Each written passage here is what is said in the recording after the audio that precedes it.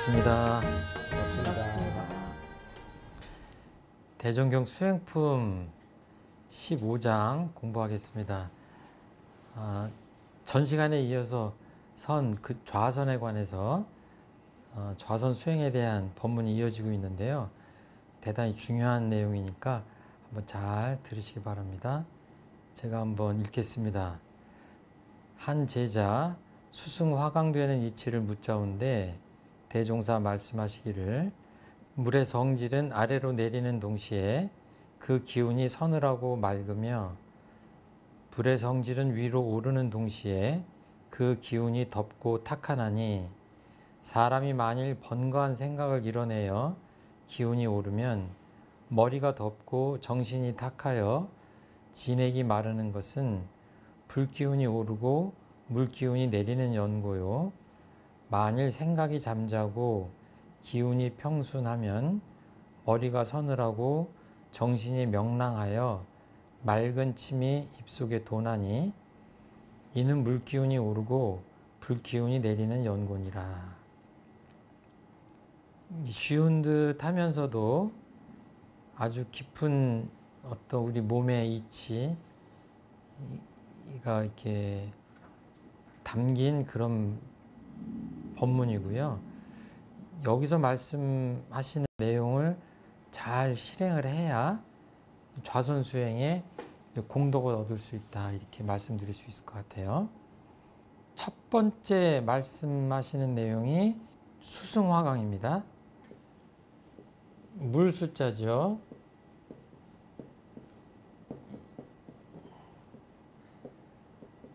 이거는 오른다는, 이게 승강기라고 그러죠.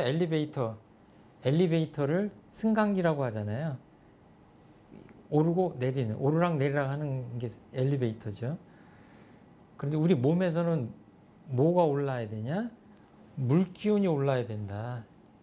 그리고 화학기운이 내려야 된다, 이렇게 보신 거예요. 그러니까 예전부터 그 어른들이 그러시잖아요. 한의학에서 말씀하시는 것처럼 어른들이 자주 하는 말씀이 사람이 손발이 따뜻해야 된다. 아랫배가 따뜻해야 된다. 머리는 차갑게 해야 된다. 요새는 젊은 사람들이 보면은 삼복 도위에도 비니모자, 털모자를 쓰고 다니는 세상이긴 한데, 이게 아주 굉장한 그 어떤 그 심오한 이치가 담긴 그런 말씀드렸던 것 같아요. 근데 맥이 같습니다. 좌선 수행하는데도 이거를 꼭 유념해야 된다. 좌선을 했는데 머리가 뜨끈뜨끈하다 그러면 안 됩니다. 머리가 뜨끈뜨끈했는데 좌선을 하니까 머리가 명랑해졌다, 상쾌해졌다, 그게 맞는 거죠. 예. 아랫배는 또 손과 발은 따뜻한 쪽으로 가는 게 맞다. 근데 원래 물의 기운은 어때요? 아래로 내려오는 기운입니다. 그리고 불은 어때요? 불타오른다 그러잖아요. 그런데 몸에 있어서는 이것이 바뀌는 게 맞다, 이렇게 보시는 거예요. 흙탕물 있죠? 흙탕물. 이제 투명한 컵이다 생각을 하시면 흙탕물을 이렇게 컵에다가 이렇게 담아 놓으면 맨 처음에 아무것도 안 보이잖아요. 흙탕물이잖아요. 근데 이걸 가만히 놔두면 이 앙금처럼 밑에 그 진흙, 그 미세한 진흙 입자들이 밑으로 가라앉으면서 아주 맑은 물만 이렇게 남거든요. 그러면 이 투명해지죠. 그러니까 쉽게 생각하면 우리 몸도 그렇게 생각하면 되죠. 뭐 여러 가지 생각을 하고 시비를 또 하기도 하고 그러면서 이렇게 마음이 요란해지고 그런 것이 마치 뭐와 같냐면 혼탁해진 이런 물과 같은 거죠. 좌선을 한다고 하는 거는 쉽게 생각하면 뭐예요? 막 흔들리고 혼탁하고 그래서 보이지도 않는 이 물을 놓고 어떻게 하는 거예요, 그 다음에? 빨리 가라앉아라, 앉아라 이래요? 놓고 그냥 가만히 있는 거잖아요. 사실은 제가 좌선을 이렇게 실습을 할 때 그냥 일단 5분이든 10분이든 늘 그 아침에 일어나서 그냥 가만히 앉아만 계십시오라고 그 어렵게 생각할 수 있는 좌선의 방법을 지도를 안 하고 그 말씀만 자꾸 드리는 이유가 뭐냐면 그냥 앉아만 있어도 맑아지는 이치가 있는 거예요. 적극적으로 뭘 안 하고 가만히만 있어도 이치적으로 그렇다는 얘기예요. 그러니까 우리 말이 재밌는 말이 있는데 막 흥분하면 어때요? 제가 흥분하면 막 일어나잖아요. 막 화내고 성내고 싸우고 상대방하고 삿대질 하는데 차분하게 앉아서 너 나쁜 놈이라고 이런 사람이 어디 있어요? 온화한 미소를 지면서 상대방이랑 싸우는 사람이 어디 있습니까? 벌써 흥분되면 어때요? 보이잖아요. 그 사람 흥분돼가지고 기운이 뜨는 거 눈에 보이죠. 누구나 알죠. 아, 저 사람이 지금 화가 점점 커지는구나 알잖아요. 나중에 자세도 어떻게 돼요? 일어나잖아요. 그럼 옆에 사람이 뭐라 그래요? 진정하라. 같이 싸우려면 이제 같이 일어나서 싸우겠지만 좀 가만히 앉아봐. 좀 진정 좀 해보세요. 그러잖아요. 그 가만히 앉아보라고 하는 게 좌선하라는 얘기랑 똑같은 거예요. 에? 잠깐 앉아보라니까. 잠깐 앉질 않잖아요, 사람들이. 그러니까 학교에서도 아이들 막 요즘 애들이 막 그 과잉 행동하고 주의력 결핍되고 막 그런 아이들 많잖아요. 그런데 우리 교립학교나 이런 데서 그 수업하기 전에 몇 분씩 이렇게 아이들을 가만히 이렇게 선하는 시간. 선이라고 하지 않죠. 쉽게 이제 다른 표현을 쓰지만 가라앉히는 시간, 명상하는 시간들을 이렇게 가지면 어때요? 처음에는 잘 안 되지만 차츰 그런 행동들이 제자리를 찾아간다. 불필요한 일들 안 하고 마음이 차분해지고 정서적으로 안정되어 있고 여기에 이제 이 몸에서는 이렇게 되는데 그 마음에서는 어때요?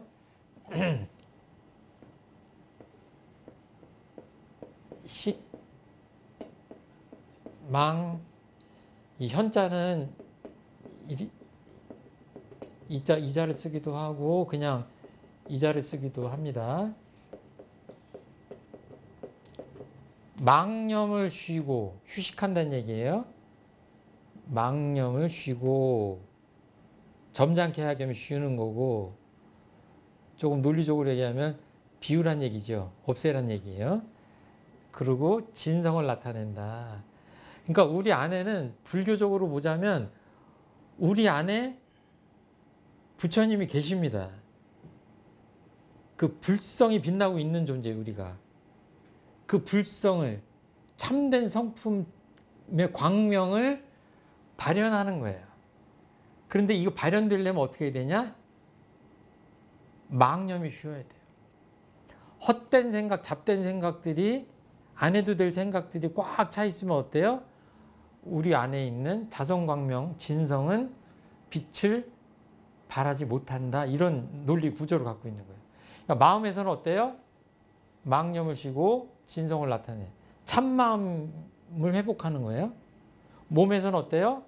머리가 뜨끈뜨끈한 게 아니라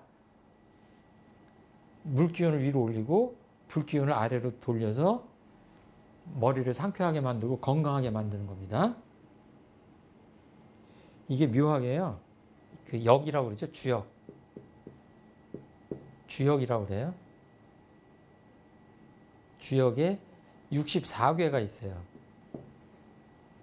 64가지. 그런데 보면 63하고 64괴 맨 마지막 부분에 수화가 나와요.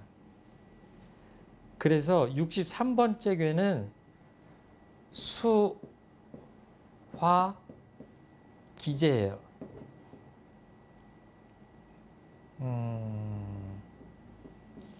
기제 건질제자예요.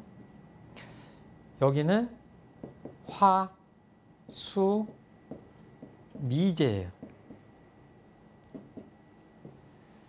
가장 좋은 괴라고 하는 게 뭐냐면 수화귀재예요. 수화귀재. 그러니까 물이라고 하는 거를 괴로 나타내면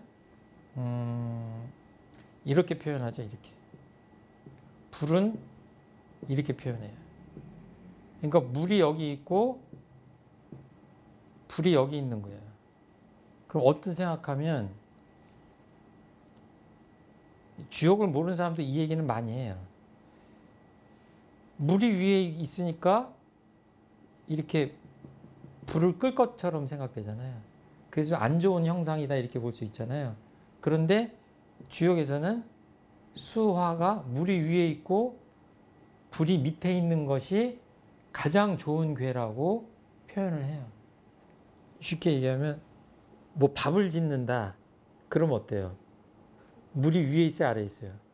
위에 있잖아요. 밑에서 불을 떼잖아요. 그러니까 물과 불이 만나잖아요. 물과 불이 만나서 묘한 변화를 일으키는 거예요. 역이라는 게 변한다는 얘기거든요. 그러니까 이게 수승화강이라고 하면 뭐예요?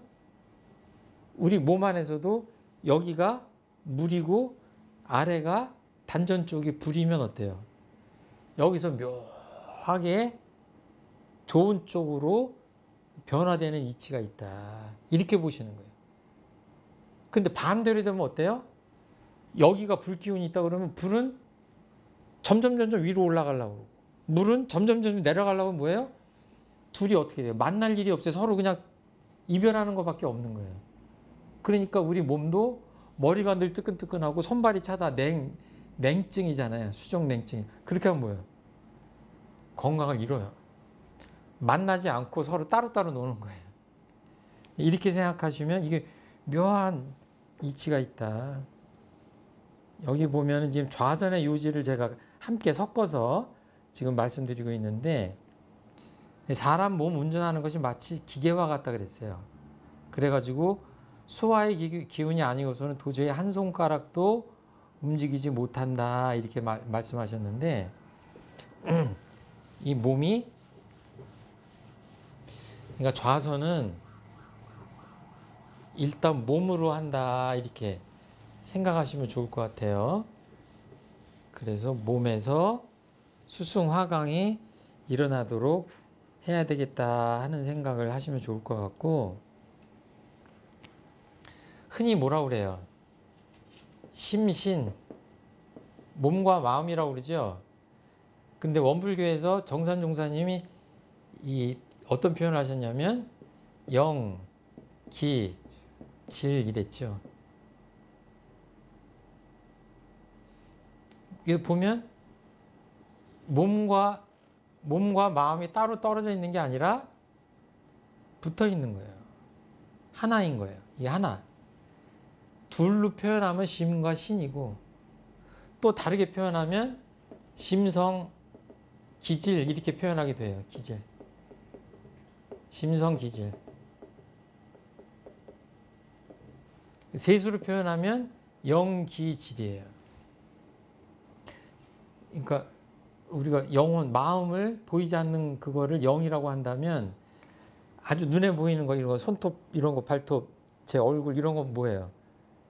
이건 질이죠. 그러면 그 어떤 보이지 않는 기운, 에너지, 뭐 이런 것들은 기라고 할 수 있는 거죠. 네. 근데 기운을 주한다, 이런 표현들은 뭐예요? 눈에 보이지 않지만 있는 거죠. 근데 이 기가 가운데 있어서 마음이 가는 곳으로 기가 가기도 하고 또 몸을 움직이기도 하고 기운이 들어서 그러니까 이렇게 제가 막 보이지 않는 생각이지만 계속 생각을 한다 그러면 어떻게 돼요? 기운이 올라가죠. 근데 멈추지 않고 계속 한다? 그 불기운을 계속 머리 쪽으로 올린다 그러면 어떻게 돼요? 두통이 오죠. 그리고 더 심해지면 어때요? 혈관이 잘못될 수도 있어요.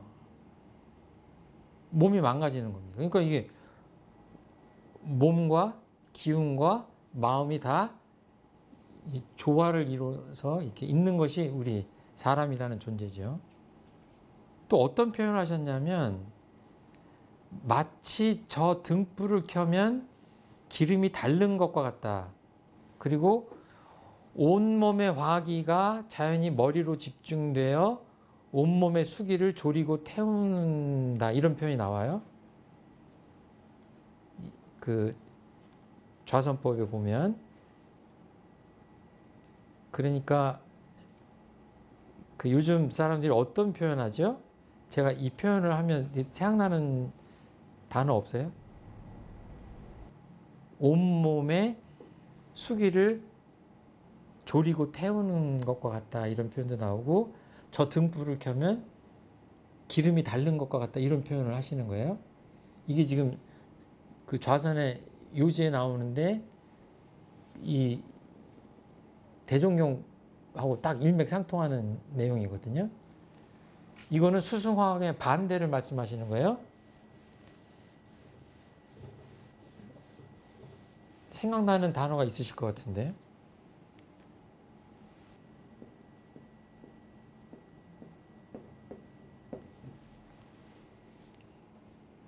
이런 표현이 있죠. 번아웃. 번아웃 증후군 이렇게 표현하죠. 이거는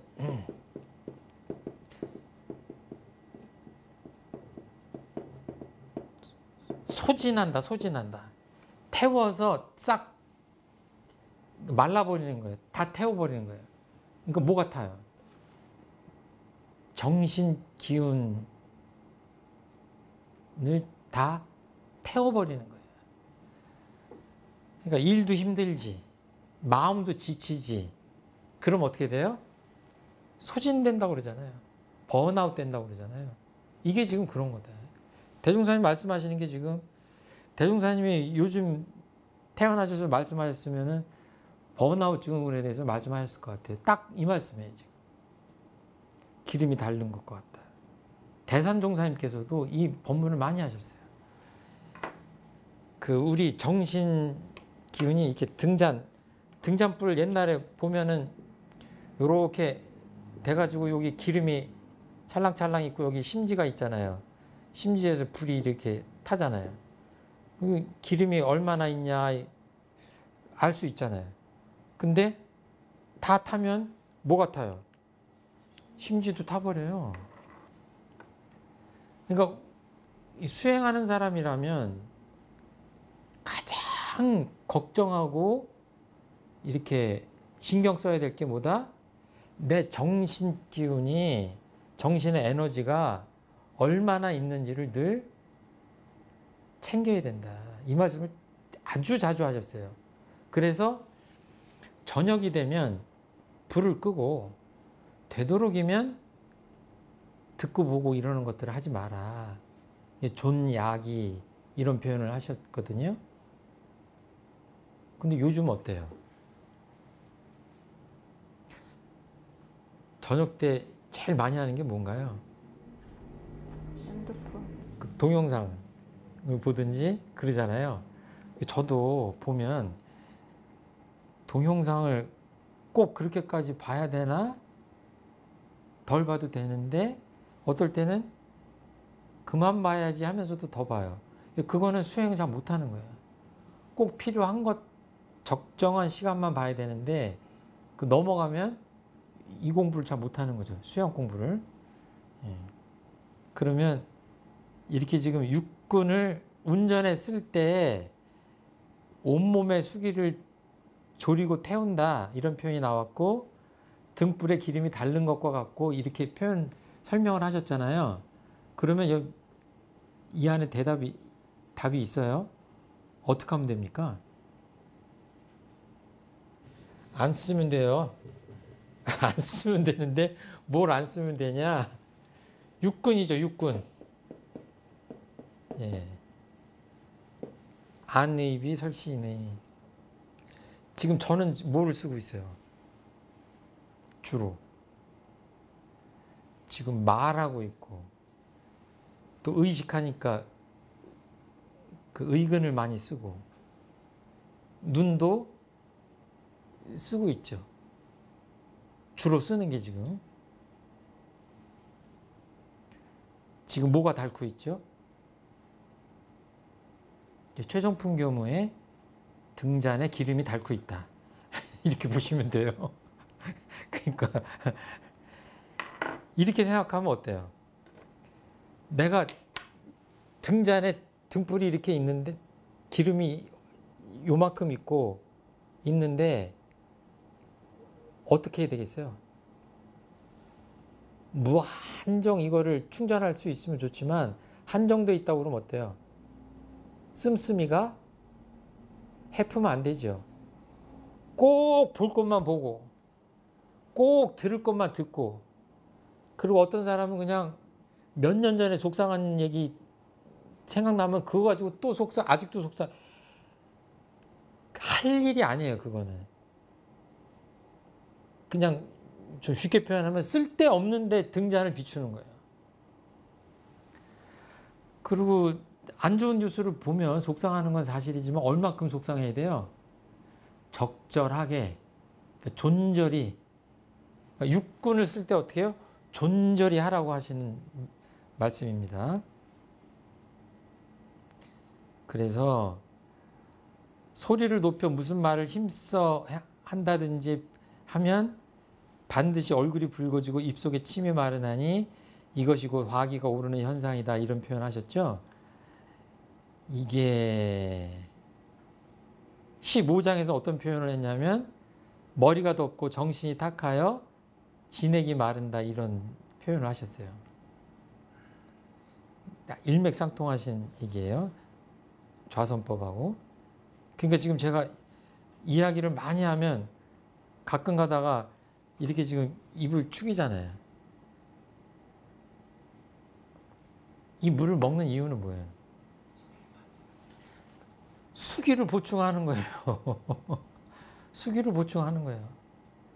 그러니까 의사분들이, 현대인들이 이 수기가 부족하니까 늘 물병을 갖고 다니면서 조금씩 물을 많이 먹어라 하는 게, 그분들이 좌선법 공부를 안 하셨어도 스승화강 이치를 말씀하시는 것과 같다, 이렇게 보셔도 될 것 같아요. 전 시간에도 말씀드렸는지 모르겠는데 이렇게 막 화를 내고 그러면은 어떻게 된다고 그랬죠? 뭐 다른 표현을 제가 했죠. 머리가 뜨끈뜨끈해진다. 뭐 머리에서 김이 난다. 뭐 좀 속되게 표현하면 뚜껑이 열린다. 근데 여기 굉장히 중요한 진리를 담고 있는 표현이 있어요. 눈에 뵈는 게 없다. 화가 나면 말이에요. 화가 난다는 게 뭐예요? 불기운이 확 위로 오르는 거죠. 흥분한다고 하는 게 뭐예요? 불기운이 확 올라가는 겁니다. 머리가 뜨끈뜨끈해지고 눈도 충혈됩니다. 더 심해지면 어때요? 눈에 뵈는 게 없어요. 정말로 보이는 게 없는 게 아니라 물리적으로 보이긴 보이는데 눈에 뵈이는 게 없다고 하는 게 뭐예요? 정견을 못하는 거죠. 식망현진, 참된 진성으로 내 참마음, 성품, 불성을 발현해서 지혜의 광명으로 봐야 되는데 불기운이 확 오르면은 눈에 뵈는 게 없다 그러면 어떻게 돼요? 그때 보이는 건 잘못 보이는 거예요. 그때 화를 그냥 참지 않으면 어떻게 돼요? 큰일 나죠. 이게 어른들이 그러잖아요. 뭐 참을인자 세 번이면 뭐 살인을 면한다. 참는다는 게 뭐예요? 정신수양을 가라앉힌다는 얘기거든요. 그러니까 화가 날 때 이렇게 안 되려면 뭐예요? 좌선 시간은 아니지만 단전에 기운이 가 있는지 챙기고 어떻게 해서든지 기운을 아래로 내려야 되겠다라고 잠시라도 챙기는 게 중요하다. 지금 내가 하려고 하는 행동이나 말을 그렇게 즉각적으로 반드시 해야 될 필요가 있는 것들은 그렇게 많지 않습니다. 잠시 여유를 가지는 게 맞아요.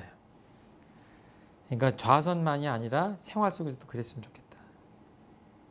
그러니까 속이 상하고 진심, 탐심, 진심, 치심 그러잖아요. 삼독심, 오죽 안 좋으면 독하다고 그러겠어요.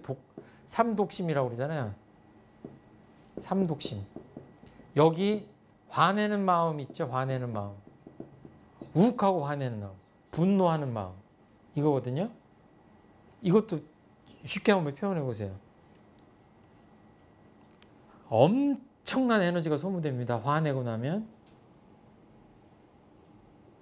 대종사님 표현대로 지내기 마르는 이 몸속에 이렇게 물기운이 날아가 버리는 듯한 느낌을 받게 되죠. 이거를 쉬운 표현으로 뭐라고 그래요? 여러분들이 대답을 안 하니까 속이 탑니다. 속이 탄다고 그러잖아요.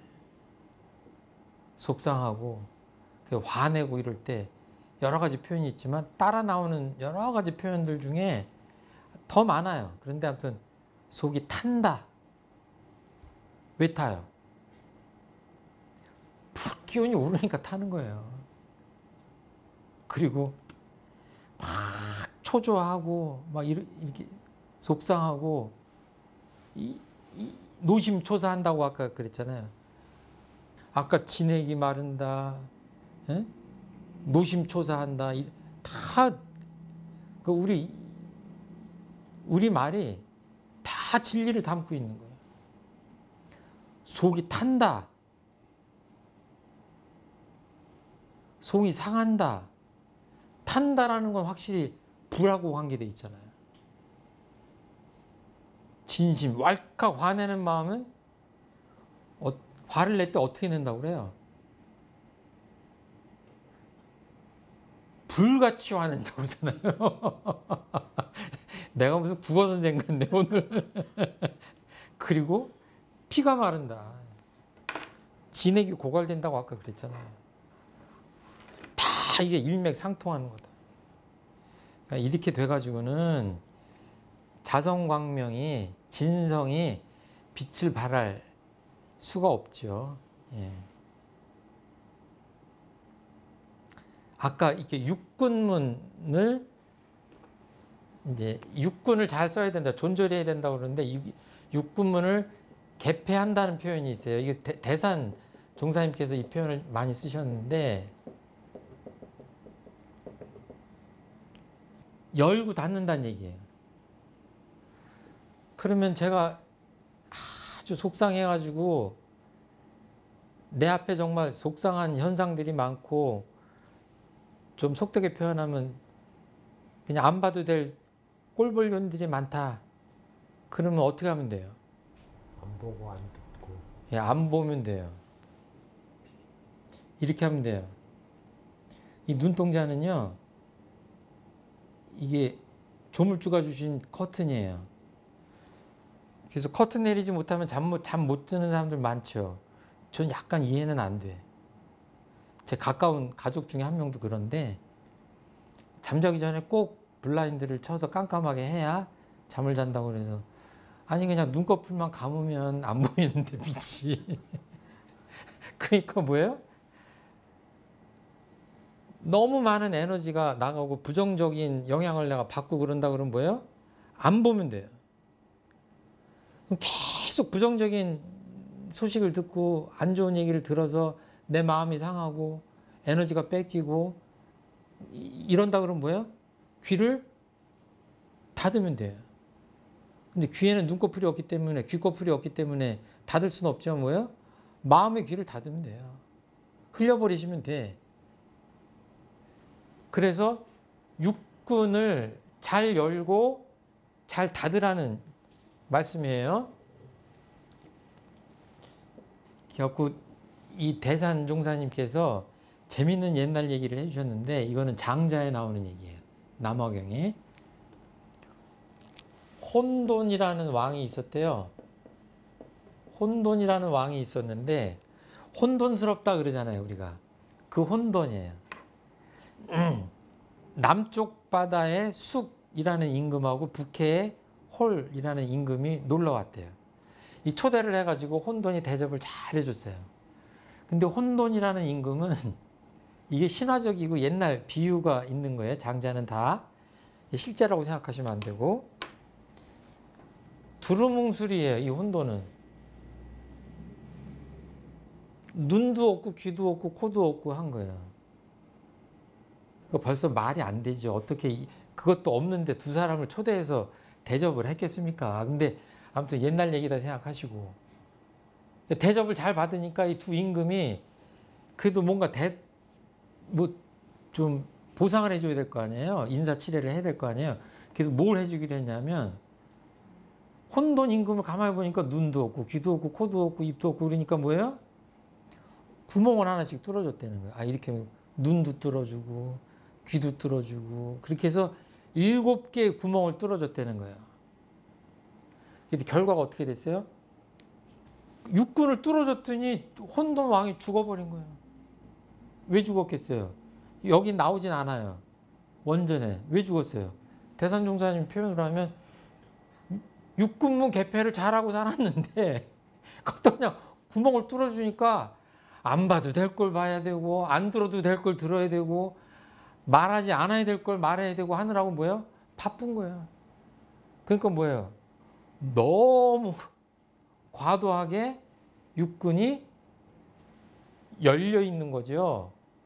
좀 닫아야죠. 정신 수양은 여는 공부예요, 닫는 공부예요. 뭐 다 포함은 됐겠지만 굳이 나눠서 얘기한다면 닫는 쪽입니다. 닫는 거예요. 에너지를 쓰는 거예요, 아끼는 거예요? 아끼는 쪽이에요. 앞으로 돌아가면 식망현진, 내 마음에 망념을 쉬고 진성을 나타내고, 몸에 있어서는 물기운을 위로 올리고 불기운을 밑으로 내린다. 그럼 아침에 새벽에 일어나서 제가 언젠가 초보자들한테 이런 표현을 쓴 적이 있는데, 아침에 좌선을 잘 하잖아요. 그러면 처음에는 모르지만 나중에 느낌이 옵니다. 이렇게 옛날 구들장이 있는 그 한옥에 군부를 잘 떼는 것과 같아요. 이 단전 아랫배가 따뜻해지고 힘이, 에너지가 충만해져요. 그러면 아시겠지만 그 구들장 있는 집에, 옛날 집에 군불 떼면 언제 뜨거워져요? 조금 나중에 좀 뜨거워지기 시작해가지고 계속 뜨거워져요. 비유하자면 아랫목이 점점 뜨거워지잖아요. 그리고 아랫목 뜨거워진 다음에 어떻게 돼요? 옷 구들장이 다 뜨거워지잖아요. 그렇죠?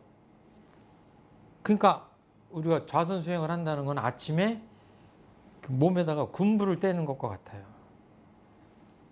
그렇게 되면 이런저런 그 공덕들을 느낄 수 있지 않을까 싶습니다. 제가 질문을 드리려고 하는데 이거는 대답하셔야 돼요. 몸에서 불기운이 머리 쪽으로 오르는 체험을 해봤다, 안 해봤다? 해봤어요. 예, 어떤 때 해보십니까? 나이가 들수록 더 생기는 것 같아요. 아이러니하게. 나이가 들수록 불기운이 더 올라가는 것 같다. 대종사님이 기계에다가 표현하셨는데 죄송한 얘기지만 우리가 교도님이나 저나 기계가 오래돼서 그런 것 같아요. 왜 그럴까요?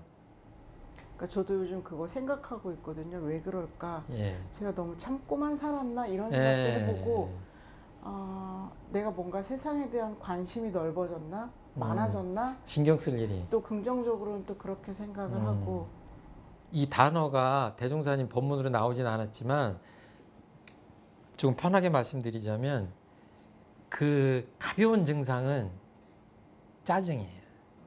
조급해지고. 이렇게 여유롭고 수양이 잘 되면 뭐 그럴 수 있지. 그 짜증 잘 안 나거든요. 근데 이게 이제 초조하고 조급해지고 하면 마음에 여유가 없는 거예요. 그러니까 조금 부드러운 표현으로 하면 정신 수양을 잘한 삶이라는 거는 심신간에 여유로운 삶하고 일맥상통해요. 똑같이 비슷한 일을 하는데 어떤 사람은 굉장히 여유롭게 유연하게 대응하면서 하는 사람이 있어요. 근데 어떤 사람은 그냥 호들갑을 떨고 초조해하고 마음을 상하고 그걸 보고 있는 사람들 마음까지 초조하고 조급하게 만들고 마음을 상하게 하고 일을 하는 사람들이 있어요. 그거는 우리 수도인이라면 외경, 경계가 영향을 주긴 주지만 수행자의 자세는 외경 탓을, 바깥 경계 탓을 하는 게 아닙니다. 아까 그랬죠. 보고 싶지 않으면 어떻게 하면 돼요? 닫으면 돼요, 이렇게. 정말 마음 상하고 부정적인 소리가 들린다 그러면 그거 자꾸 찾아서 듣지 마시고 듣지 않으시고 듣는다고 하더라도 마음속에서 잘 안 들은 듯이 소화를 잘 하면 이런 것들이 다 수양이죠. 정말 물리적으로 안 들을 수는 없으니까 그렇게 하셔야 되겠다. 자, 몸에서 물기운이 오르거나 내려가는 경험을 해보셨나요? 하고 제가 이 뒤에 질문에다가 했는데요. 어떻게 경험해 보셨어요? 속이 시원하다. 속이 시원하다. 예. 아까 불기운 오르는 거 체험을 하셨으니까 물기운이 오른 것도 체험을 네. 그러니까 그게 제 마음 안에서 일어난다는 게 정말 화가 나죠. 어떤 때는. 네. 기쁘기도 하고 화가 나기도 하고. 공부가 안 돼서 그것 때문에 화를 내는 건 좋은 일이긴 하지만 그것도 화니까 그 화까지 내실 필요는 없어요. 그 화가 불필요한 화입니다. 예, 그냥 분발심을 내시는 거고 화를 낼 필요는 없는 겁니다. 그럼 반대로 이 말씀은 여러 가지 얘기 중에 꼭 드리고 싶어요. 좌선법에 보면 이렇게 이 맑은 침이 나온다는 표현이 있거든요. 단침이라고 하는 표현 있죠. 침이 달다. 애기들 보면 엄마들이 계속 아이들 입을 닦아주죠. 왜 그래요? 침이 계속 나와요, 아이들은. 그리고 이건 좌선해 보면 느낄 수 있어요. 평상시하고 다르게 맑은 침이 솟아나는데 컨디션이 좋을 땐 어때요? 1시간, 2시간 얘기를 해도 물을 마시지 않아도 그냥 이렇게 입이 마르지 않아요. 근데 좀 수양이 잘 안 된다거나 또는 육신이 쇠해져서 기운이 쇠해지고 나이가 많아지고 뭐 이러면 어때요? 입이 마르죠. 그 입이 바짝바짝 마른다. 이제 그거는 지금 이 수승화강하고 연결되어 있는 얘기예요. 그래서 여러 가지 물기운이 오르는 얘기들을 할 수 있지만 가장 손쉽게 알 수 있는 거는 늘 내 입이 촉촉하게 젖어 있고 맑은 침이 잘 나오는가 하는 거를 좀 챙겨보면 내 건강, 수양 이것들을 함께 챙길 수 있지 않을까 이렇게 생각합니다.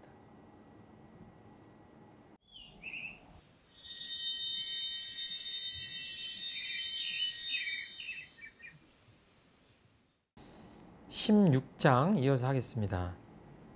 제가 한번 읽겠습니다. 대종사 말씀하시기를 수양력을 얻어 나가는데 두 길이 있나니 하나는 기질의 수양이요 둘은 심성의 수양이라.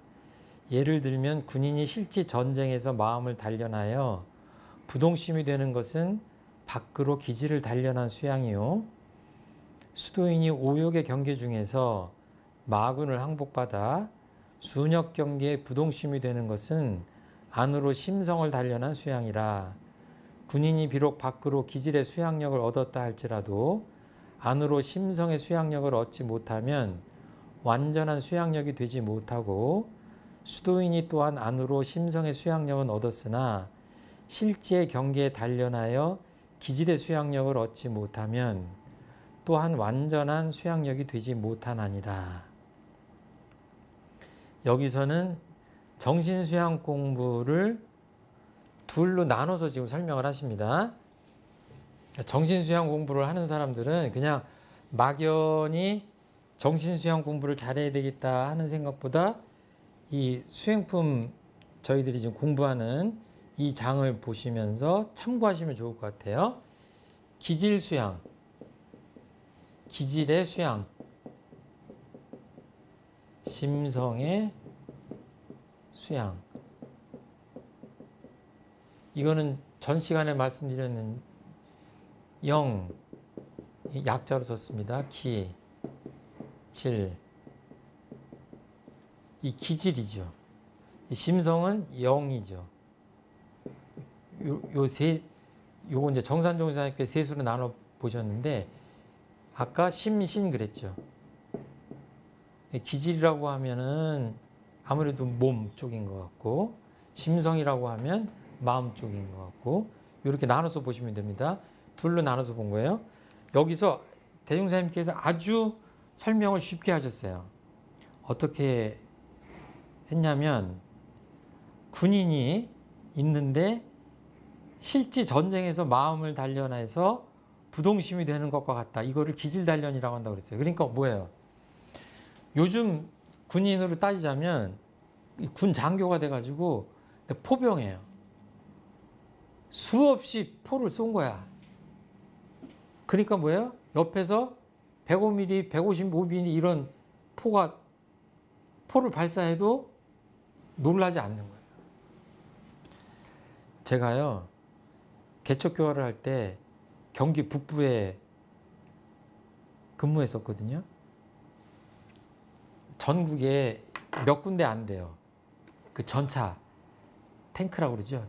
전차 부대가 그 포사격을 하는 그 훈련장이 국도 바로 옆에 있었어요.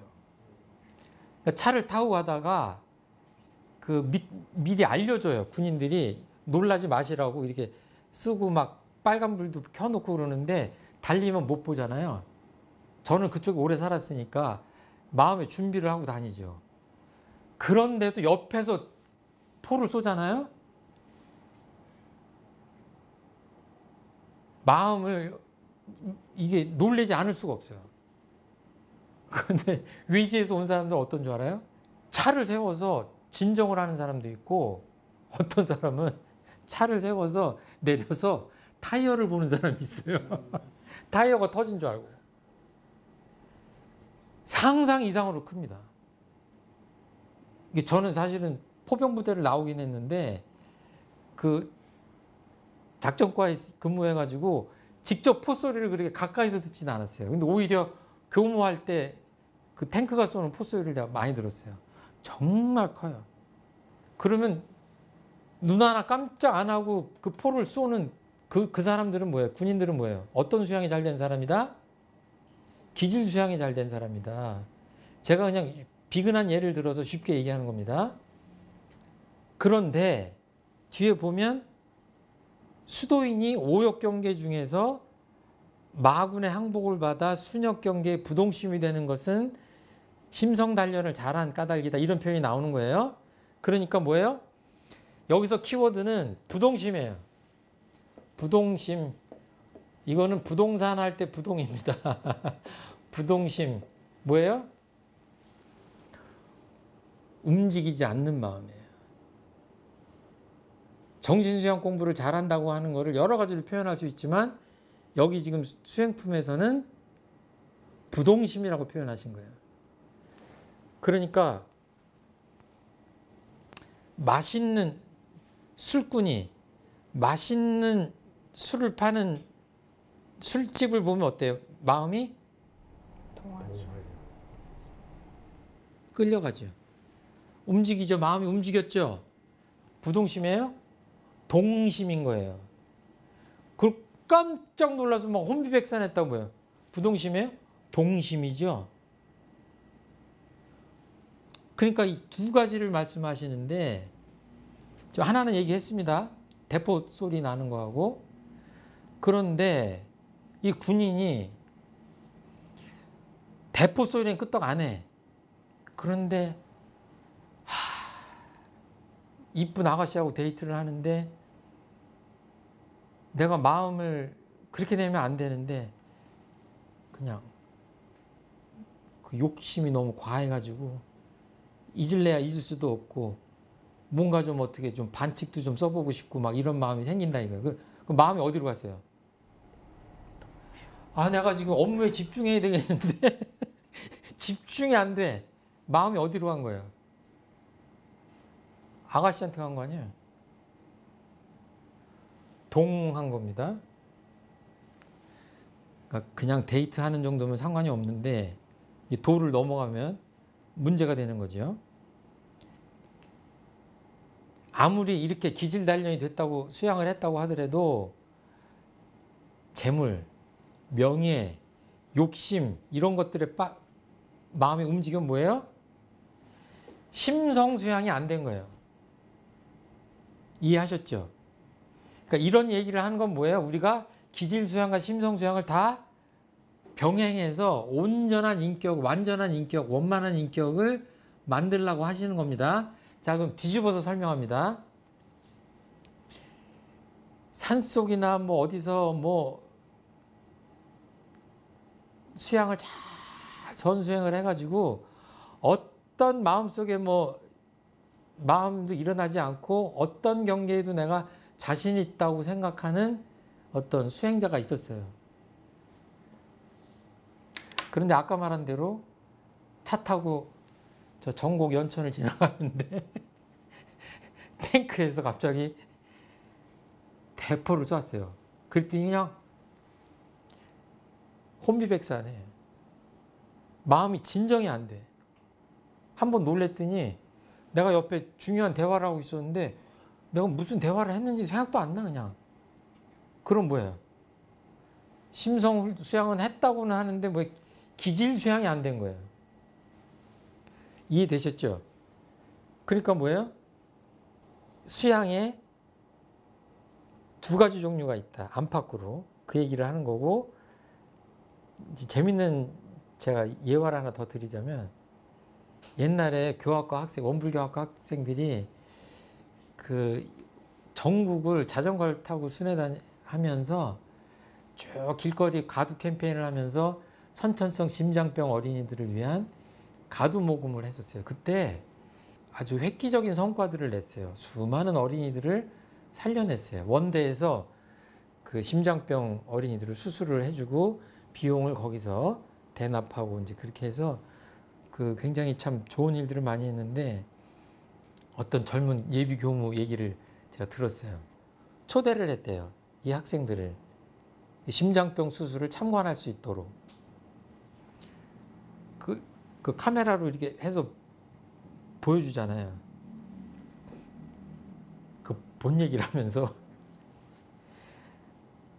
자기는 도저히 그 의사분들 그 경지를 따라갈 수가 없다. 이 개복을 하는 과정을 조금만 봤는데도 더 이상 볼 수가 없을 정도로 그렇게 힘들다는 거야. 그러면 예를 들어서 그 예비 원불교 예비 교육자니까 심성수양 상당히 됐다고 볼 수 있죠. 그런데 심장병 수술하는 거를 못 본다고 하는 건 뭐예요? 기질수양이 안 된 거죠.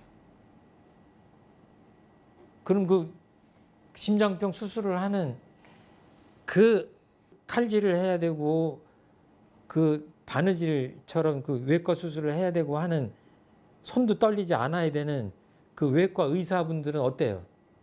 어떤 수양이 돼 있는 거예요?